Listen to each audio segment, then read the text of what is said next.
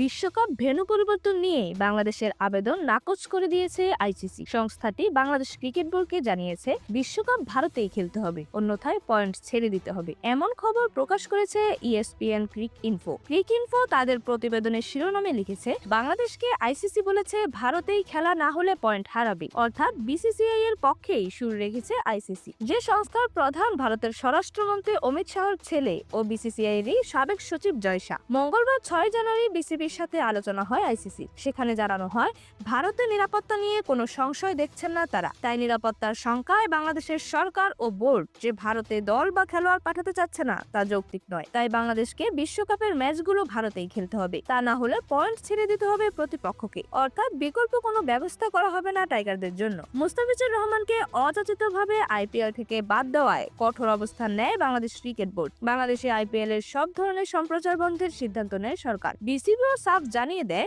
ভারতে গিয়ে খেলা সম্ভব নয়। ভারত অবশ্য রাষ্ট্রপ্রধান পর্যায়ে নিরাপত্তা দেওয়ার আশ্বাস দিয়েছে। এদিকে ক্রিকবাজকে জানিয়েছে আইসিসির অবস্থান এই মুহূর্তে বিসিবির পক্ষে বলে মনে হচ্ছে না, যদিও আগে শোনা যাচ্ছিল বাংলাদেশের ভেন্যু বদলের আবেদন আমলে নিবে আইসিসি। 10 জানুয়ারির ভিতরে আইসিসি তাদের চূড়ান্ত সিদ্ধান্ত বিসিবিকে জানাতে পারে বলে প্রতিবেদনে দাবি করা হয়েছে। এরকমই যে কোনো খেলার আপডেট সবার আগে পেতে অবশ্যই চ্যানেলটি সাবস্ক্রাইব করে রাখুন। ধন্যবাদ। লেভাস নিউজ।